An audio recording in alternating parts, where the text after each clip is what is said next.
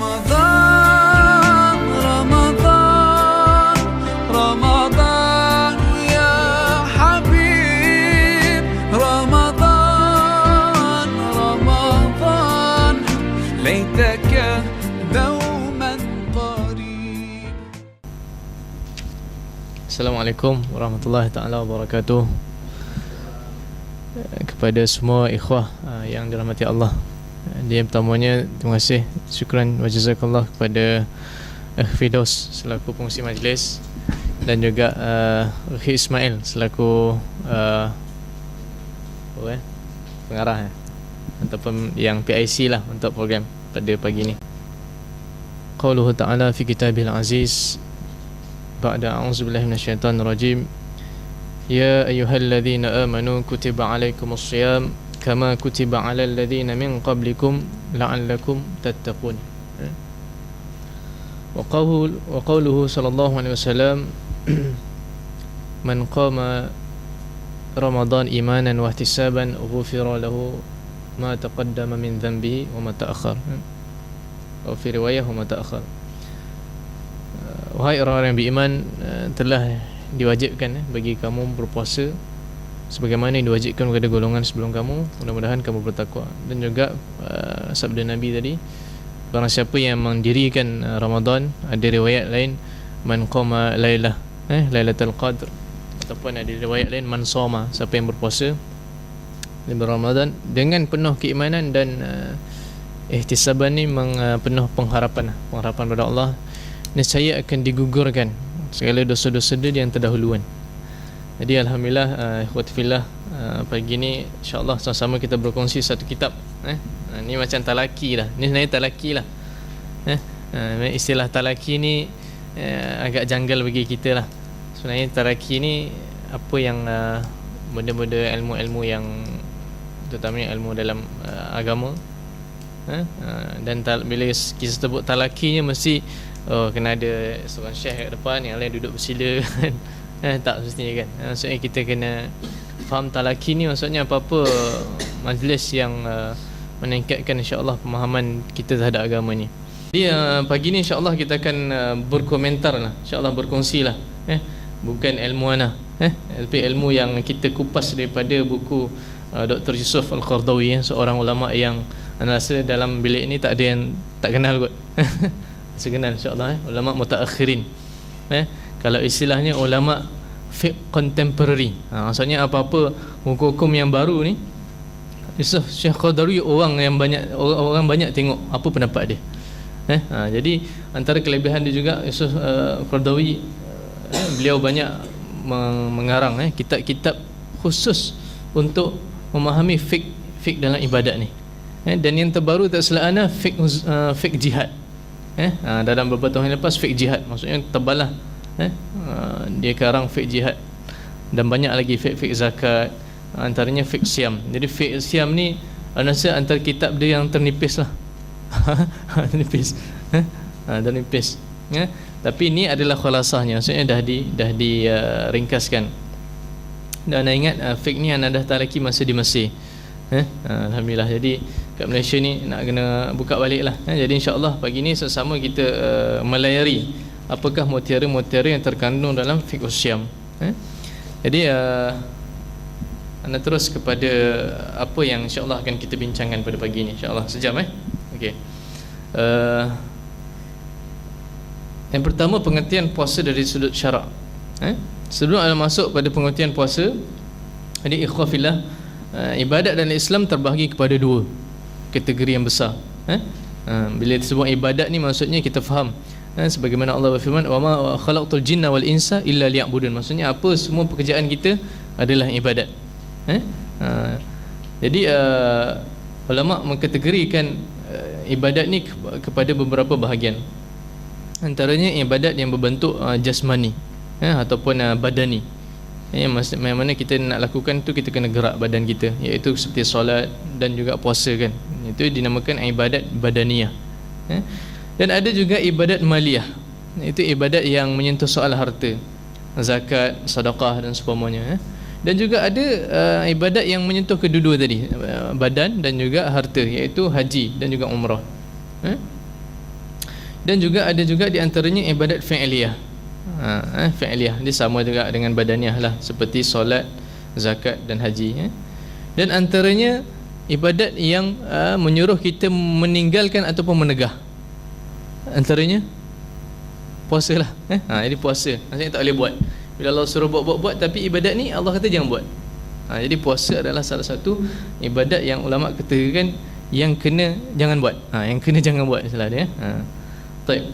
Jadi makna puasa dari segi syarak adalah dari segi bahasanya menahan atau meninggalkan. Dalam bahasa Arab taraku wal kifu wal hurman, menahan, meninggalkan. Dari segi istilah pula, menahan apa? Menahan diri daripada perkara yang diharuskan. Asalnya harus, tapi bila tibanya puasa atau bila kita puasa tak boleh buat benda ni. Iaitu apa? Berupa keinginan perut dan kemaluan. Perut, sebab kita manusia ni ada dua syahwat kan. Syahwat perut dan syahwat faraj. Dua syahwat. Dengan niat taqarrub kepada Allah. Maksudnya dengan niat semata-mata kerana Allah lah. Bukan puasa kerana kalau doktor-doktor ni tahulah kan, puasa kerana nak jalani pembedahan ke apa kan. Itu bukan. Puasa tu bukan dinamakan puasa lah. Kadang kita sebut puasa-puasa tu bukan puasa lah. Puasa yang sebenar adalah niat kerana Allah. Dan dari segi makna syarak pula, puasa adalah menegah, menahan diri daripada makan dan minum, at-ta'am wa syarab, wa mubashir li zaujah, bergaul dengan isteri ataupun pasangan, dan daripada perkara-perkara yang membatalkan puasa, dari terbit fajar hingga terbenam mentari dengan niat kerana Allah SWT. Ini ta'arif atau dari segi syarak, pengertian dari segi syarak. Dan hikmah pensyariatan puasa, ini paling penting lah. Maksudnya Yusuf Qaradawi sebelum dia letak apa-apa berkaitan puasa ni, mula-mula dia letak hikmah dulu. Apa hikmah kita berpuasa? Dan banyak hikmah kat sini, ada 7 lebih kurang. Jadi insya-Allah kita cuba singkap satu-satu. Dan seronok, bukan seronok apalah, kita akan rasa basah bila kita menyingkapi segala hikmah. Jadi ikhwati fillah, Allah Subhanahu taala mensyariatkan apa-apa ajaran dalam Islam ni, Allah tak akan mensyariatkan sesuatu pun melainkan di sana adanya hikmah. Apa pun. Jadi ikhwah cuba fikirlah, apa yang Allah wajibkan kita buat tapi tanpa ada hikmah, mesti ada. Walaupun Allah kata mencuri tu hukumnya potong tangan kan. Walaupun orang generasi golongan kufur dan seumpamanya ni kata kejamnya potong tangan kan. Tapi di sana ada hikmah yang tersembunyi. Kenapa mencuri kena potong tangan? Cukup nisab potong tangan. Kan? Bukan kata golongan kufur, orang Melayu pun bila dengar curi potong tangan pun dah kan. Kena baru ni isu wanita kena sebat kan. Jabatan agama nak jalankan sebat khayat ramai pun berapa ramai yang orang Melayu tak setuju kan. Orang Melayu tu orang Islam jadi banyak kita nak kena baiki dalam masyarakat kita ni. Baik, jadi yang pertama tazkiyatun nafs. Ni sedia makruf lah, sedia maklum. Puasa ni dia mensucikan, tazkiyah, mensucikan diri kita. Dengan apa? Dengan mentaati segala perintah Allah dan menjauhi segala larangannya. Tazkiyatun nafs. Yang mana kita faham puasa ni lah salah satu ibadat yang sangat digemari oleh Nabi SAW dan para sahabat sendiri, dan mereka orang-orang yang soleh lah. Maksudnya dengan puasa ni lah dia rasa dekat dengan Allah, dengan menjauhi segala larangannya, membebaskan diri, memecahkan orang kata nafsu dia dengan berpuasa ni. Dan satu hadis yang sangat baik untuk kita kongsikan daripada Abu Hurairah. Ni hadis ini pun biasa kita dengar. Biasanya setiap tahun lah dengar. Setiap tahun kita dengar hadis ni. Apa dia? Wallazi nafsi biadihi, demi Allah yang nyawa aku berada ni. Ni kata-kata Nabi SAW. Mulut orang yang berpuasa lebih wangi daripada kasturi, haruman kasturi. Kenapa? Kerana dia meninggalkan makannya, minumnya dan syahwatnya min ajli, kerana aku. Kullu amalin ibnu Adam lah, semua amal-amal anak Adam baginya. Solat kan, zakat, sedekah apa kita buat, itu untuk kita lah. Tapi illa as-saum, atau riwayat lain kata illa as-siyam, kecuali puasa. Kenapa? Kerana fa innahu li wa ana azibih. Kerana puasa ni untuk aku dan akulah yang menggenjarinya. Nampak? Maksudnya dengan puasa ni ibadat yang kita boleh katakan ibadat yang meletakkan seorang hamba tu di darjat tertinggi berbanding ibadat-ibadat lain kan yang nampak. Sebab puasa ni ialah kadang-kadang puasa kan, kadang nampak oh orang tu puasa, insya-Allah kan, tapi di belakang orang mungkin dia makan, di belakang orang mungkin buat maksiat kan. Nampak zahir pak puasa kan. Tapi Allah, jika saya Allah yang tahu dia ni benar-benar puasa ke tak. Maksudnya kalau Allah sahaja tahu, maksudnya ibadat tu sangat tinggilah darjatnya di sisi Allah. Itu yang pertama lah. Maksudnya betul lah, benda ni pun kita dah sedia makruf. Dan dengan puasa lah kita akan lebih dengan rasa lapar, rasa susah, menahan segalanya, kita akan lebih rasa dekat dengan Allah. Dan yang kedua, menjaga kesihatan badan. Ni doktor-doktor yang kat sini tahulah. Maksudnya anda pun tak perlu nak syarah. Nak syarah suruh doktor syarah. Jadi kan puasa dari sudut perubatan kan. Tapi yang Syekh Qaradawi ni, itulah kehebatan Syekh Qaradawi ni, dia kadang-kadang dia boleh syarah juga bab perubatan ni. Jadi dia kata apa kat sini, perkara ni diakui oleh al-atibba. Mereka-mereka perubatan, doktor-doktor lah, mutakhassun yang mutakhassun yang spesialis. Maksudnya doktor-doktor yang pakar lah, bahawa berpuasa tu boleh meningkatkan istilahnya apa doktor? Ataupun merehatkan pencernaan kan. Merehatkan pencernaan lah. Dan Yusuf Qaradawi bawakan satu komentar juga ya, yang mana dia mengatakan kadang-kadang roh ni kita isikan dengan rohani ataupun ibadat-ibadat yang meninggikan roh, dia akan berlawanan dengan badan. Maksudnya badan ni kadang-kadang dia kena dikosongkan, supaya bila badan kosong, maksudnya yang terisi apa? Bahagian roh. Dan manusia kan ada akal, jasad, roh kan. Maksudnya Syekh Qaradawi berkomentar, nak tinggikan roh kena kurangkan jasad dan badan ni. Sebab tu Nabi pun sebut makan 1/3 apa? 1/3 lagi minum, betul? 1/3 lagi dikosongkan lah untuk ibadah. Tapi kita 3/3 lah, insya-Allah penuh. Ana lah. Waktu sampai sekarang alhamdulillah maintain. Okey, dan satu hadis yang biasa juga kita dengar, untuk lisaim farhatan, untuk bagi orang yang berpuasa ni ada dua kegembiraan. Yang pertama, kegembiraan ketika dia berbuka puasa, dan yang kedua, kegembiraan ketika bertemu dengan Allah SWT. Nampak? Dan yang ketiga, ikhlas, mendidik dan mujahadah diri dan kemahuan. Ini sedia maklumlah juga bahawa puasa ini mentarbiah keinginan kita daripada perkara yang dilarang, dan juga mujahadah nafs, dan dia membangkitkan perasaan sabar.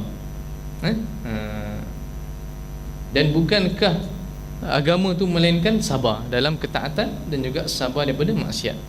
Sebab tu ramai ulama, bahkan Nabi SAW sendiri pernah menggelarkan bulan puasa ni sebagai bulan syahrul sabr, bulan kesabaran. Dan juga hadis Nabi juga, asyamu junnah. Junnah ni perisai. Maksudnya puasa ni lah menjadi perisai kita daripada melakukan perkara-perkara yang dosa. Itu yang ketiga. Yang keempat, puasa ni memecahkan dan melemahkan keinginan syahwat. Betul lah. Maksudnya perkara ini pun dah makruf. Sebab apa? Yang keempat ni seronoknya, bukan seronok lah, menariknya, Syekh Qaradawi meletakkan satu realiti yang berlaku dalam umat kita hari ini, terutamanya apa yang menimpa kepada sini sebut Gharbiyah ataupun Barat. Sekarang ni rasa doktor-doktor tahu lah, sekarang ni Barat mengalami selain kemerosotan akhlak dan tamadun, mereka juga mengalami satu fenomena penyakit-penyakit berkaitan berkelamin kan, AIDS-nya apunya lah, semuanya lah. Dan benda tu hebat lah, dan merasuk teruk di dalam masyarakat Barat. Dan tapi hakikatnya bukan hanya masyarakat Barat, masyarakat Islami pun sama. Maksudnya negara Islam pun yang masyarakatnya rosak teruk pun mengalami benda yang sama. Sebab dia kata apa kat sini, telah makruf bahawa ataupun hubungan sejenis ni antara lelaki dan perempuan ni menjadi salah satu senjata yang paling kuat syaitan. Jadi yang tak kahwin cepat-cepatlah. Perkara yang cepat-cepat. Sebab tu dalam satu hadis kan Nabi sebut, ya ma'syara syabab, man istata'a minkumul ba'ah fal yatazawwaj kan. Wahai syabab, Nabi tak sebut wahai orang lelaki. Nabi tak sebut ya ma'syara rijal, tak. Dia sebut ya ma'syara syabab. Ni kenapa syabab? Kena syarah daurah lain lah. Wahai pemuda, barang siapa di antara kamu yang mampu untuk berba'ah. Ba'ah ni ada kemampuan dari segi tenaga kelelakian ataupun dari segi nafkah, maka kahwinlah. Nabi kata falyatazawwaj. Jika tak mampu, kena buat apa? Ayat sebelum tu kenapa? Kerana fa innahu aghdha lil basar. Punya kahwin boleh tundukkan pandangan, punya kahwin boleh wa ahsinu lil farj, boleh menjaga kehormatan. Wa man lam yastati', dan tapi yalah nak suruh kahwin pun tak mampu belajar lagi kan. Muda-muda ni Cikgu Mak bawa tadi kan, dah tak mampu kan. Orang kata insya-Allah kelelakian ada tapi yang nafkah tu tak mampu lagi, maka fa'alaihi bisawm, jadi kena puasalah. Dengan sebab berpuasa, sebab Nabi kata fa innahu lahu wija', jadi puasa ni dia menjadi wija' ni macam perisai jugalah, penahan. Maka kita tahulah dengan berpuasa ni dia memecahkan segala keinginan nafsu kita lah, terutamanya terhadap berlainan jenis ni. Yang kelima, menghidupkan rasa syukur. Ini pun sedia makruf juga. Maksudnya dengan puasa ni lah kita akan lebih ingat nikmat-nikmat Allah kan. Ada ke time kita kenyang kan, bezalah. Maksudnya time kita kenyang dengan kita lapar, mana lebih kita ingat Allah. Tapi ni nak ringkaskan lah. Dan juga ada satu sudut, dari sudut kemasyarakat pula melahirkan rasa kesamaan. Maksudnya kalaulah ikhwah kita dilahirkan sebagai orang kaya kan, banyak duit, harta, dengan berpuasa kita mudah nak rasa macam mana orang tak ada duit rasa, orang miskin kan. Kita mungkin sekarang boleh pilih nak makan apa, ada orang tak nak makan pun memilih kan, ataupun macam mana istilahnya, tak boleh nak pilih ataupun apa yang ada makan kan. Dia nak akhir sekali ikhwah, ini yang kemuncak adalah puasa ni dia akan menyediakan kita untuk mencapai darjat takwa. Jadi ikhwah, apa lagi yang kita nak kat dunia ni selain takwa di sisi Allah kan. Sebagaimana Ibn Qayyim kata, enam petik kata Ibn Qayyim, dia kata apa? Bahawa berpuasa ni at-ta'thir, memberi kesan kepada apa? Kepada diri kita untuk menjaga sama ada jawarih zahirah ataupun qawi batinah. Sama ada nak menjaga yang zahir ni ataupun yang batin.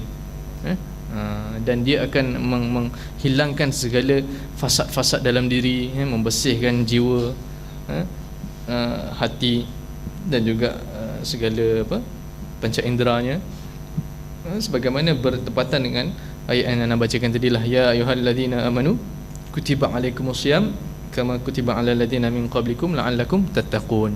Jadi banyaklah kalau ustaz-ustaz ni berceramah, tattaqun tu adalah kemuncak kepada puasa tu. Apa yang kita dapat daripada puasa. Jadi natijahnya adalah takwa tu lah. Maksudnya kalau siapa yang banyak hadis-hadis yang Tiana akan bacakan sempat, yang siapa berpuasa tapi tak dapat darjat takwa ni, rugilah. Baik. Dan juga daripada hadis Abu Hurairah radhiyallahu an, bahawa Nabi SAW bersabda yang sebutkan juga tadi, man shama ramadanan imanan wa ihtisaban ghufira lahu ma taqaddama min dhanbihi. Diampunkan segala dosa-dosa dia. Siapa yang berpuasa dengan penuh keimanan dan pengharapan kepada Allah. Baik. Jadi itu untuk hikmah. Jadi bila dan bagaimana pensyaratan puasa? Ini yang ringkaskan. Jadi puasa sebagaimana sedia maklum antara rukun Islam. Rukun Islam. Dan juga puasa disyariatkan pada tahun kedua hijrah. Iaitu ketika berbeza dengan solat kan. Solat disyariatkan pada bila? Solat peristiwa Isra Mi'raj kan. Isra Mi'raj tu lepas hijrah ke sebelum hijrah? Sebelum kan. Jadi puasa ni lepas 2 tahun daripada Isra Mi'raj tu.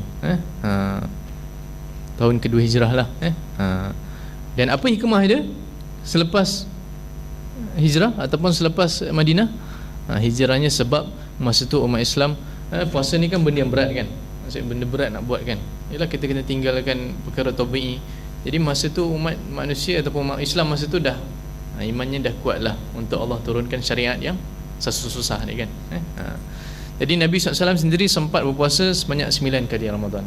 9 kali Kita dah berapa kali dah? Banyak kali dah. Tapi macam ni juga tak apalah. Nanti kita akan berkomentar juga berkaitan Ramadan. Dan puasa terbahagi Ustaz Khadi membahagikan puasa ni kepada dua kategori ataupun dua peringkat. Itu peringkat pertama ketika mana Allah memberi pilihan, iaitu marhalah takhyir. Takhyir ni maksudnya peringkat boleh pilih. Maksudnya Allah, bila Allah turunkan ya ayyuhalladzina amanu kutiba alaikumusiyam kama kutiba alal ladzina min qablikum ni, dan juga sambungan ayatnya ayyaman ma'dudat faman kana minkum maridan aw ala safarin fa'iddatun min ayyamin ukhra ila akhir ayat. Ketika mana Allah turunkan ayat ni, Allah bagi pilihan. Maksudnya apa? Wahai orang beriman, diwajibkan kau berpuasa dan itu lebih baik daripada bagi engkau. Maksudnya boleh puasa dan boleh tak puasa. Tetapi kalau tak puasa tu kena bayar fidyah. Dan juga memberi orang makan. Ayat tadilah wahai ayyam ma'dudat ni maksudnya hari-hari yang tertentu, faman kana minkum maridan, dan barang siapa di antara kamu yang sakit ataupun bermusafir, maka dia boleh menggantikan dengan hari lain. Begitu juga barang siapa yang tidak mampu untuk berpuasa, maka dia boleh bayar fidyah kepada fakir miskin. Dan marhalah yang kedua, marhalah al-ilzam, maksudnya peringkat yang wajib, Allah mewajibkan. Iaitu sebagaimana ayat selepasnya tu, syahrul ramadhan alladhi unzila fihi al-Quran hudan linnas wa bayyinatin minal huda wal furqan faman syahida minkum asy-syahra falyasum. Maka ayat ni ulama berpendapat Allah lebih menyuruh, maksudnya wajib puasa, tak ada pilihan. Yang pilihan tadi dan dinasahkan. Tapi bila ulama kaji-kaji, rupanya ayat ni telah pun dinasahkan oleh ayat yang anda sebutkan tadi. Maksudnya wajib puasa, tapi kalau tak mampu boleh ganti dan bayar fidyah. Dan tak mampu tu macam mana, nanti kita akan masuklah. Okey, seterusnya bagaimana menetapkan tarikh Ramadan ataupun bila tibanya Ramadan. Ni pun sedia maklum lah. Bila tetapkan Ramadan? Okay, ada yang boleh jawab? Tengok bulan. Ada tiga lah. Ada tiga. Tiga cara macam mana kita nak tetapkan bulan Ramadan ni. Yang pertama, tengok anak bulan. Ni pun sedia makruf lah. Tengok anak bulan. Dan kat sini ada beberapa perbahasan, iaitu tengok anak bulan ni siapa-siapa ke boleh tengok, kan? Kita ke, kan? Jadi ada perbahasan di sini. Jadi anda ringkaskan bahasanya. Untuk yang pertama ni, ada yang kata seorang cukup, ada yang kata kena dua orang, dan dua-dua kena adil, ada yang kata kena ramai, sekelompok manusia. Ada yang paling rajahnya mana? Fihi khilaf, maksudnya ada perselisihan pendapat di situlah. Tapi al-aslunya ataupun jumhur ulama mengatakan jika dah nampak anak bulan tu oleh seorang yang adil ataupun dua orang, dan dikhabarkan olehnya kepada sekelompok manusia, sekelompok setempat tu, dan maka kat situ pun dah boleh. Dan dia punya syarat tu maksudnya yakin. Dia yakin bahawa dia nampak benda tu. Dan macam mana kalau kabur tak nampak? Ada perbahasan juga. Pertama kena tengok anak bulan. Yang kedua, kira. Kira. Ada tak kat sini? Tak ada. Kira. Maksudnya kira apa? Kira bulan. Kira bulan. Jadi untuk kira bulan ni, sebagaimana dalam hadis, bahawa ataupun riwayat Nabi menyuruh kita sama ada kalau tak 29 30. Maksudnya kalau 29 Syaban tu tak nampak lagi kan, tak nampak lagi anak bulan, maka Nabi kata apa? Cukupkan 30. Maka lepas tu boleh puasalah, boleh puasa.